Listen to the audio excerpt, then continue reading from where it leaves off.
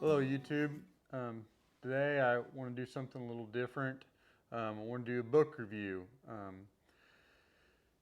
In my path down this whole regenerative ranching deal, a lot of it has come from my research and reading that I've done, the internet, different forums, YouTube, of course, obviously. Um, but there's been some books I read along the way that were really kind of tipping points for me to really enlighten me on certain fundamental ideas, etc., and really were breakthroughs of sorts for me. So, anyhow, I wanted to bring some of those books to you, books that I think any kind of beginner grazer type person, especially some of these books will be related to somebody who's maybe thinking about trying to incorporate sheep or goats into an enterprise or a ranching business. Books that I think really help you with some fundamental ideas for some of these things. So without going a whole lot more into it than that, we'll dive into the books. And this isn't, some sort of in-depth review on this book, but some of the reasons that I think you'd be most interested in reading it, and some of the big things that maybe I took away from it. So the first book I want to show to you guys is this How to Not Go Broke Ranching book by Walt Davis. Um, some of the things about this book that really clicked for me. This book. It kind of covers the whole biological, don't fight nature, work with nature. It has a lot of the components that I found in some other books, and goes in depth on some of that stuff. Rotational grazing. I think it borderline starts to get into some management intensive grazing. But what did it for me was that this book was, first off, the guy who wrote this, he's from Texas originally, ranched in Oklahoma throughout the majority of his adult life, the way I read it. So he was coming from a point of view in the part of the world that I'm in.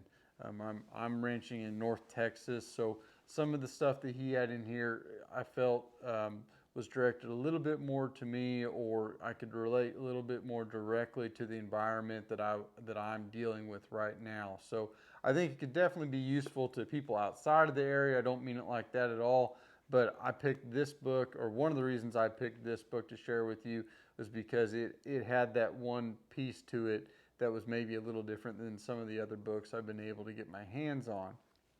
Um, so with that said, also, it's an easy to read book. It's straightforward. It's not something that you really got to focus while you're reading every word and every line. So I like it for that fact as well. Um, Additionally, it was one of the first books that I read that dealt with regenerative, holistic, sustainable, whatever you want to describe, this type of agriculture as, whatever you're going with. But it was one of the first ones that was along those lines, but also went into some sort of depth about sheep and goat raising, or sheep and goat ranching. And so for me, this was actually the book that I read where the light bulb kind of turned on for me that, hey, wait a second, I really shouldn't be trying to look at cattle with my particular situation in life. I should be thinking maybe more about sheep and goats, specifically about goats. Um, and it's what really caught, this book really was a tipping point for me to start looking around in my environment, in my area, in my region, and say, hey, the opportunities really for me right now is goats. So that's another reason that I really want to bring this book up, because it did that for me. So that's a big deal. It was a really, really big deal for me in my development and getting started in my own ranching career. So that's a big deal. I'm going to look real fast. You'll have to excuse me. I'm going to look at my notes here, make sure I didn't skip anything that I kind of wanted to go over. Um, but he really talks about going, it's his journey as well from industrialized ag to, like I say, the more biologic, ecological mentality, and recognizing that we have these cycles in nature for a reason, and that we should try to mimic those in our agricultural processes. So that the book is a little bit more 10,000 feet up. Um, Not to say that he doesn't go into some specifics and some details, but it's not necessarily a how-to specific book. It is up high, looking down on our agricultural industry, ranching particularly, grass farming specifically, but it's not like that how-to, small step-by-step kind of details. But for somebody beginning, this is the perfect book to kind of get it. It's big enough and covers enough different things, but is still high enough up that it gives you a good idea of the landscape of ag and the direction that we need to be going. Um, let me look through this real quick.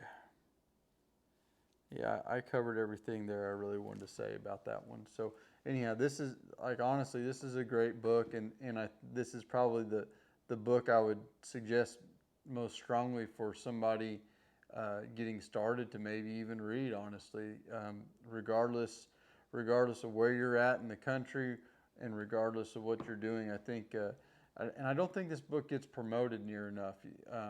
There's some others out there that will pop up on your Google search a little faster than this one, and I don't know why that is, but I really, really like this book. So anyhow, with that said, we'll put it to bed and we'll move on to the next one.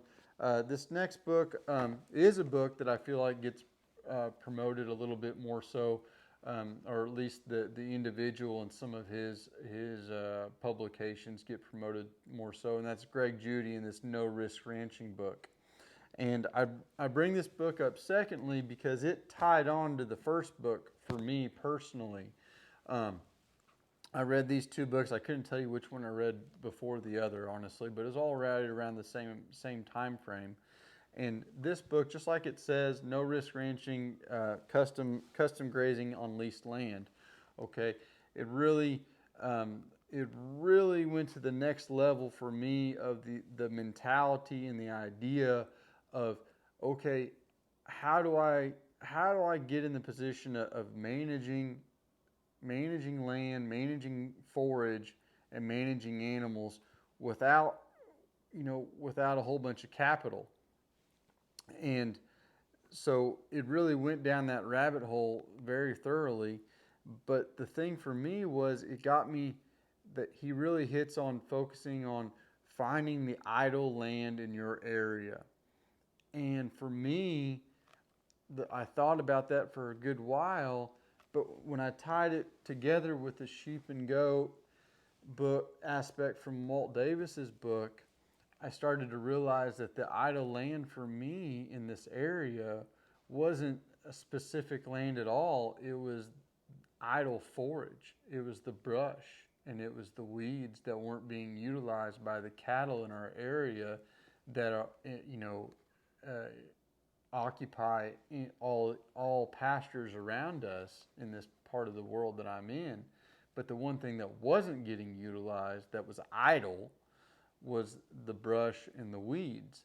And so I married these thoughts together. That's what I really liked about Greg's book here. Additionally, Greg's books are very easy to read, very straightforward. He simplifies things well. He doesn't weigh it down with unnecessary stuff. So for someone, once again, getting started, this is a great read. And like I was kind of hinting on earlier, he really is focused on the individual with low capital, without a land base, without a lot of resources to draw on in the sense of equipment or once again capital and land. And so for somebody starting out, that's the mentality you need to have. If you've been ranching for 10, 15, 20, 30 years and you've built up the capital, you've built up the infrastructure, you've built up the equipment, you might ranch a little different than what's in this book. But getting started, this is the way to go, without taking on vast amounts of debt for things that you don't necessarily have to generate revenue and generate profit. And just saying that, I brought up another point: the infrastructure. Greg does a really great job of going into pretty good detail about the low-cost infrastructure that he's able to use to get these leased farms, these leased ranches, or leased properties rather, in working order and becoming productive for him quickly and for low cost. So I'm specifically talking about, fencing, some water development, things on those points that he's able to get done very cheaply. And so that, once again, that's something real important for somebody who's going out and looking for these kind of alternative opportunities that everybody else has passed over. So bringing some of this knowledge and different little train of thought all of a sudden empowers you to go out and find places that you wouldn't have been able to get a hold of, or wouldn't have thought rather to pursue and do something with. So this is another really good book that I just think everybody's got to read this book that's trying to get started. So anyhow, we'll move on. So these first two books were definitely geared towards ranching, grass farming in general. Um, Regardless of where you're at, regardless of what you're trying to do or what your resources are, whatever, these apply to anybody and everybody. This next book I have, this Raising Meat Goats in a Commercial Operation by Greg Christensen from Eastern Kansas, is obviously, for somebody who's specifically thinking about goats, or trying to incorporate goats into an existing ranching enterprise, or somebody like me who didn't have any enterprise whatsoever when he started out and saw goats as the first step for him. So this is the book that would apply to those type of individuals. Greg makes it very clear in this book that this is not for the backyard small operator. This is for the person who wants to become a big operator, at least eventually, and wants a commercial style operation rather than very small acreage, hobby, maybe even registered type mentality. But Greg does a great job of showing how he does things. He also makes it clear that his management and business structure or management model for these goats is kind of a eastern half of the U.S. kind of style. We're not. He's in a wet, cold part of the world is the way to say that. Goats are going to be favored more the dry, warmer conditions, and so this book is written more for those folks that are in non-traditional sheep and goat country.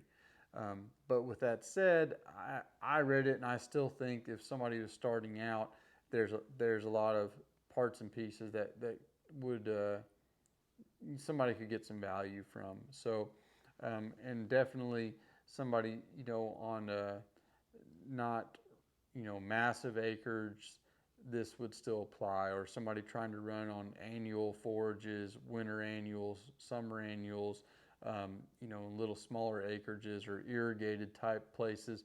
I think this stuff would certainly still apply. So like I say, it's a good book, goes into some specific details on fencing, on handling of goats, keeping them inside the fence is a big deal, of course, and he really talks about that a lot. Talking about guard dogs, caring for your guard dogs, feeding them. He goes into some details on that'll be useful for somebody starting out. I just really like how Greg he's no thrills, practical kind of approach, and that's what I'm after, and that's what I think most people should be after if they're trying to do this for any kind of profitability. So I really think this is a good place to start. And like these other two books, it's an easy read as well. You can see it's not the longest book. It's not, it's magazine thickness, but the wording of it is straightforward, easy to read, doesn't get bogged down in minutia and whatnot. So strongly recommend this for somebody who's wanting to start a herd. Really, um, I almost think that you should, unless you're going to own, you know, less than 10 head of goats, um, you need to buy this book before you dive into the goat business. Honestly, I really think that. All right, my last book. This last book is not easy to read. It's pretty hard to read actually, and it is really thick, as you can see. But this is a guard dog book, and if nothing else, you ought to read it just for the picture on the cover, because it's a pretty cool picture in my opinion. But the guy that wrote this is the Sheepdogs of Anatolia. Okay, so this is about uh, Anatolian livestock guard dogs, a specific breed of guard dogs that come out of Turkey. So the guy that wrote this is from Turkey, so his English isn't that great, and their translation in the book is just okay, or um, they did a good enough job, but there's parts of it that are tough, that are a little tough to read on the grammar side of things. But with that said, I think for somebody getting into goats, okay, or sheep, and is going to go the guard dog route, you cannot manage guard dogs and be successful if you don't understand the history of guard dogs. To start off with, we have been selecting, we've been breeding and selecting guard dogs for 4,000 years. Okay, that's a really long time to select one type of animal for a very specific job. And these animals are extremely good at that job. So in that 4,000 years, these dogs were strongly shaped by the culture that raised these dogs, okay? And that culture was a nomadic culture. They were herders. They moved around. They were constantly moving, a rotation of sorts, which is kind of funny how that works out with what we're doing. But they were also extremely um, practical in everything they did, and it really shaped these dogs. If anybody who's ever been around these guard dogs, and not just Anatolian shepherds, but the Great Pyrenees. I haven't been around a lot of the Maramas, but there's a lot of different breeds out there, but they all have some similarities in how they socialize with humans.